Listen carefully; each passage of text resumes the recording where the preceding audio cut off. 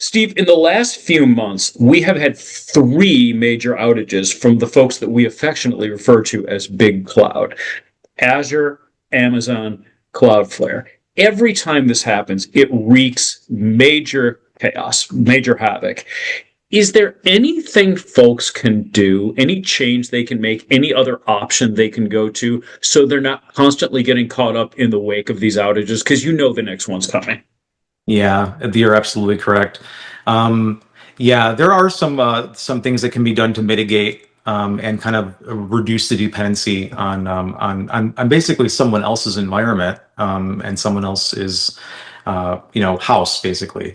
The Amazon with their AWS platform and their public compute, Azure, Microsoft's platform, and Cloudflare underpin a lot of the like web infrastructure and the backbone of a lot of businesses.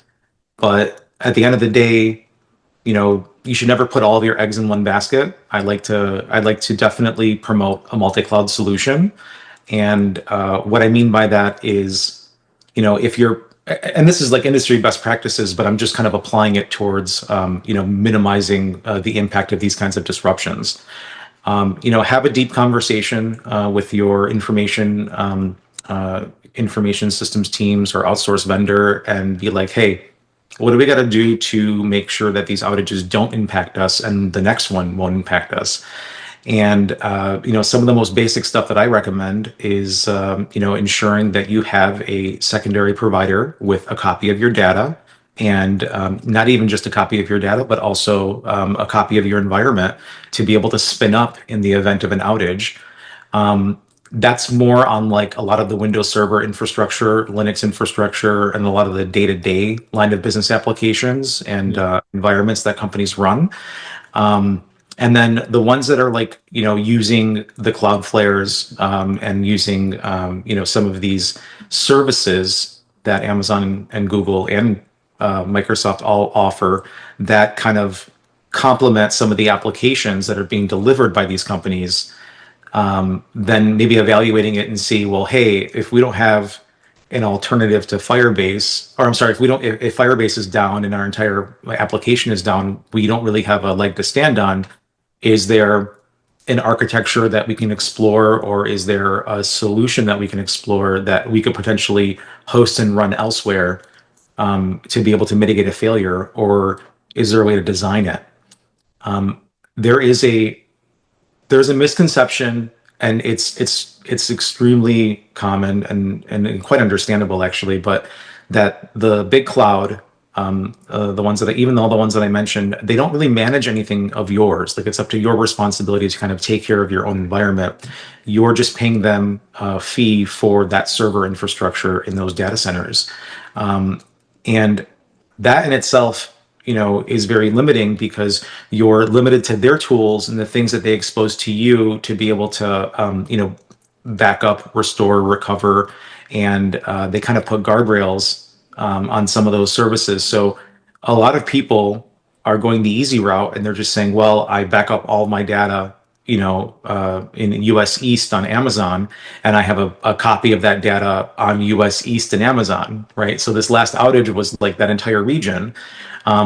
And then others are like, well, I'm replicating, or I'm taking snapshots of that environment and then moving it over to Amazon West. Well, what happens if Amazon has an outage that affects both regions? Or because like this has happened, it's happened with Google, where a particular service goes down globally, and this happens all the time. So understanding the understanding the options that you have, and talking to someone who really has a good understanding of that and an understanding of your business is important. And unfortunately, you can't just pick up the phone and call up AWS, Google, or Cloudflare and be Yes. like, "Hey, what's best for my my 16 location manufacturing company?" Like, they're it's not their thing. Talking to someone like us at UBX Cloud, it's definitely more consultative, and it's like there's definitely a motivation for trying to make sure that you are getting the right cloud and getting the right product, and that you're meeting the objectives that you want to achieve from a risk standpoint. So, we've told people like, hey, we're looking at your environment and we're looking at what you need, and we're like, hey, you should go to Azure. Like this makes sense for you, or you should run your entire environment out of AWS, and then maybe just consider us for backup or DR. And that goes back to the whole eggs in the basket thing. Mhm. Even for us, like we provide a large scale managed backup as a service, and in our own environment, we're having insurance requirements coming in that are saying that we need a tertiary backup. So we already have an on premise backup. We have an offsite backup that's air gapped. Now we have to have a third tertiary backup that's actually outside of our environment, and that meets the requirements of those insurance carriers, because they're going to start enforcing their customers to adhere to those requirements, because it's increasing their premium costs. So because it's increasing risk. So if they make these changes, then it minimizes the risk, and it demonstrates that they're less of an insurance liability for these companies. And you shouldn't even look at it as like, look, I'm trying to save some money on my premium. You should be looking at it as like, I'm trying to keep my company running and safe. For sure.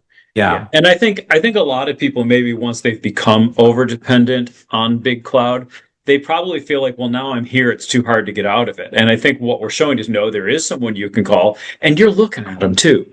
Yeah. So don't feel that you have no way out. You do, and we want to make that better for you.